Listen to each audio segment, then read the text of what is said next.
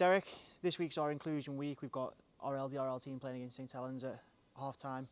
Just talk me through what inclusion means to you and to Leigh.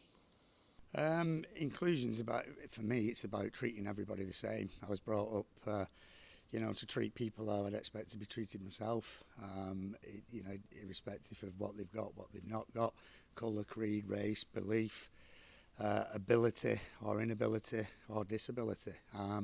And I think rugby league is one of the big things that appeals to me about it and why I invest in it, because I would think the only sport that I know of anyway where you get to be the best version of yourself at that sport, irrespective of where you are in society. So, we have the wheelchair team that's been invested in and is emerging through our foundation.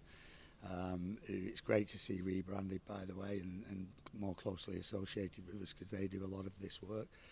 We've got the PDRL development team, which is for people with physical disabilities, so they can represent our town and be the best version of themselves. And then we've got the LDRL team, which you'll see, which is brilliant because learning difficulties is quite a prominent thing in society. Not everybody can learn at the same pace, but it shouldn't stop you being able to play sport. So they get to showcase their skills, and of course we've got the women's team and the men's team and now the academy. So we've really got every ability. We work a lot as well around the autism with our A team as well, which is in the town, and we try and be as friendly as we can as an autism friendly stadium while still being able to generate an atmosphere for all. So yeah, it's a really proud day for them. I won't give it away, but I'm going to make it special for them, a little bit different than how it would normally be. So I want them to try and experience playing in this stadium a little bit more like how our first team would, and make it a real special event for them and for the fans. And I hope all the fans really watch the game and cheer and give them that atmosphere, and we'll keep the band off to enable everybody to do that. And the LDRL team played here last season when we played against Wakefield, and it was great to see the North Stand still full and cheering as they all went over for a try. As an owner, how does that make you feel, seeing that the fans get behind everybody? Do you know what? Well, I can remember clear as a day. I was lay on a beach in the Maldives, chilling out, and Jukesy sent me a video and he said, "Mate, you just got to watch this." And we was actually at Widnes at the time. And you'll have to forgive me because I know the guy's name, but I've just lost out to it. And it's an amazing video of him running, scoring a try and running to the fans and giving it, the big fist pump. Absolutely loving it. And I've since seen him do it here at the North Stand. He was supposed to stop where his cones were, and he was like, "I'm taking this opportunity." And he went down there, and the fans were absolutely brilliant. So I hope they are again. It's one of my best memories to see, so hopefully we'll get a bit of that in there. I think there's 2 games being played, so we can get as many players playing, and I'm sure we'll be taking it just as serious to see who can win that one.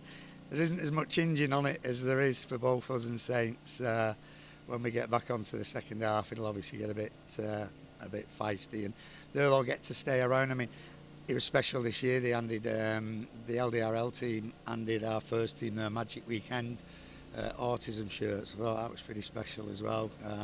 So that's how kind of connected we are. And the first team at the beginning of the season and the LDRL players their shirts. So it's really special to see. We rebranded as Leopards, and obviously the LDRL team came along, the women's team came along, and this season the reserves team, next season an academy. We're looking at PDRL wheelchair. That's a lot of growth in a very short period of time as well, and it's something that you personally have driven quite well. What is the motivation for you behind that? To have the club to be as big a club as it can be. The people are supporting it. That's what motivates me. The people in the town keep coming. You see them all buying the merchandise, going around, leopards everywhere. The young kids, I can't get a pictured exit. Picture your car, get a selfie. It's really vibrant to the young people in the town, and that's I really love that because they're our future. But my biggest motivation is to take this. The town provided this fantastic facility through the council, and we finally got to do it justice.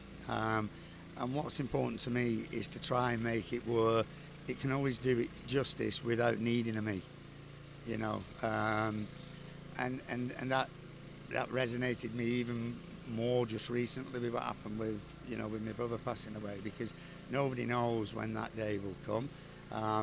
And we're getting closer to where it's needing less from me, and therefore I'm able to put more into other areas. And, you know, we could wind it back a little bit instead of having all the marquees and trying to win everything. We've got a subscription now based where we can get that many people coming in and taking up memberships. That, you know, that comes in monthly, sponsorship comes in monthly, the central distributions come in monthly, and we're getting to where we've got a secure club that really, you know, the town owns itself because it's what it supports. So that's what motivates me, and the people coming and supporting it. If that lowered down, then there'd be no point. You were quite vocal in your support of the Wheelchair World Cup when that was happening. When Leigh does get to a point where we are having regular wheelchair training sessions, do you think you'll give it a go yourself? 100,000,000% I want to do that, yeah. And so does Rocky, my youngest. There's a few of the lads at work who we say it's a bit of a graveyard for retired rugby players. There's a lot of dinosaurs at our place. You got Rich O'Brady, Alan Coleman, who's just moved on, Duff's was there. You've got Dukesy there, myself. So we were saying we all want to actually go and have a go. There'd be some crashes with them guys in it, but it's brutal sport. I saw a bit of an article that I think it was Tom Coyle mentioned, that he doesn't think it's had the exposure or grown as much as he thought it would have done after the World Cup, and I have to agree with that.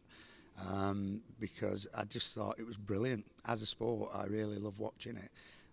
So it'd be great to be able to get to a point where we can get more teams involved in it and get it more watched, you know, and have some competitive games, because I think at the moment there's some really good teams.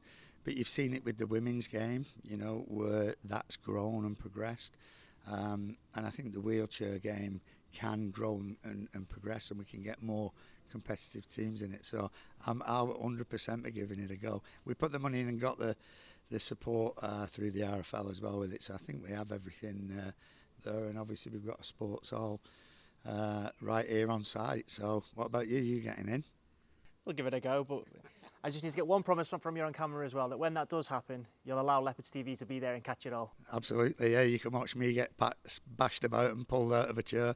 I'll have to get in training though to make sure the seatbelt will go around. I put a bit too much weight on, but no, I'd really look forward to having a go at that, yeah.